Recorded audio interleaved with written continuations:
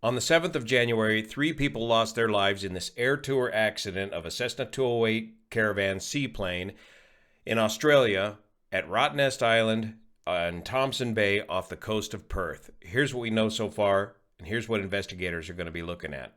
My name's Juan Brown. You're watching the BLANCOLIRIO channel. Let's check it out.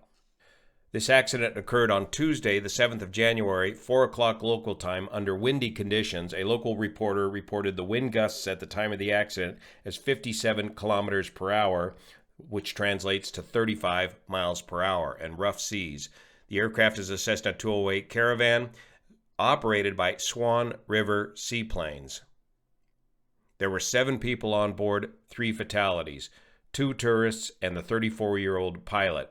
The 34-year-old pilot, James Wong, has been flying with Swan River Seaplanes since March of 23. Before that, he bounced around to several different air tour operators in Australia, starting his career in 2019 at Air Fraser Island, scenic flight operations in Hervey Bay, Australia. This crash was initially reported as being caused by the aircraft striking a rock on takeoff. But upon reviewing the video, it's clear that this crash was caused by an aerodynamic stall. Specifically, he stalled the left wing on takeoff. With 7 people on board in rough seas, it is a typically long takeoff run.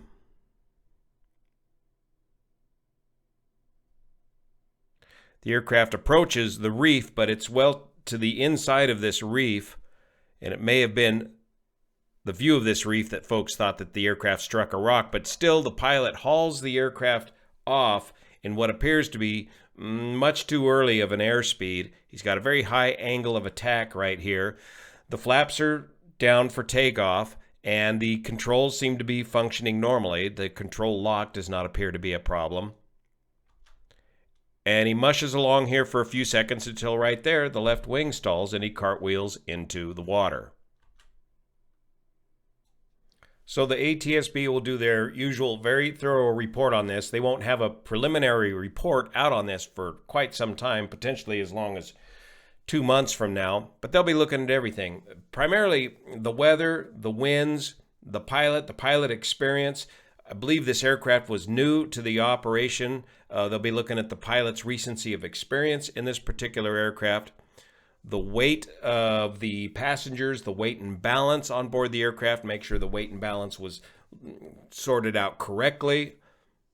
The operation of the flight controls, the setting of the flaps, and the operation of the engine, and the propeller pitch.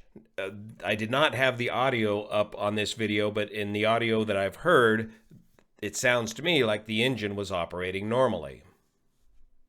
ATSB investigators will be interviewing the survivors, and they'll be looking at very closely the organization of Swan River Seaplanes. According to ABC News Australia, Swan River Seaplanes is jointly owned by Christy Lee Bailey and Dean Kingy.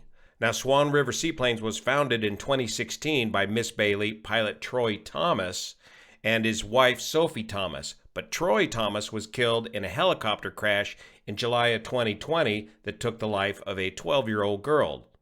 The ATSB found numerous contributing factors in Troy Thomas's R-44 fatal helicopter crash back in 2020. At the time, Troy had an estimated 1,500 hours and a private pilot's license. In this accident, Troy was just doing a private local flight with 2 kids on board the helicopter. The helicopter had had some vibrations from a couple of flights before, but Troy blew it off and went flying anyways, attempted a vertical takeoff. And, of course, the tail rotor failed. Shortly after takeoff, the pilot failed to do the correct tail rotor emergency procedure for the R-44 and crashed, killing 2 people on board the helicopter. They also found that Troy didn't have a proper BFR flight review for the R-44 helicopter type, nor did he have a current medical certificate. The air tour industry has always had a bit of a spotty record when it comes to safety, and if you've been watching this channel long, we've covered a lot of different aviation tour safety accidents. Now, here in the States, the NTSB, the National Transportation Safety Board, has been making recommendations to the FAA for years to try to improve the safety of air tour operations here in the States. Now, I haven't done enough research to see what the ATSB has come up with recommendations for these air tour operators, but one of the more common recommendations is something as simple as a safety monitoring system that helps pilots to prevent stacking the odds against themselves and prevents them from getting in over their heads with the weather, taking off into conditions with which the pilot may not be comfortable with. Winds, waves, weather that can lead to accidents like this.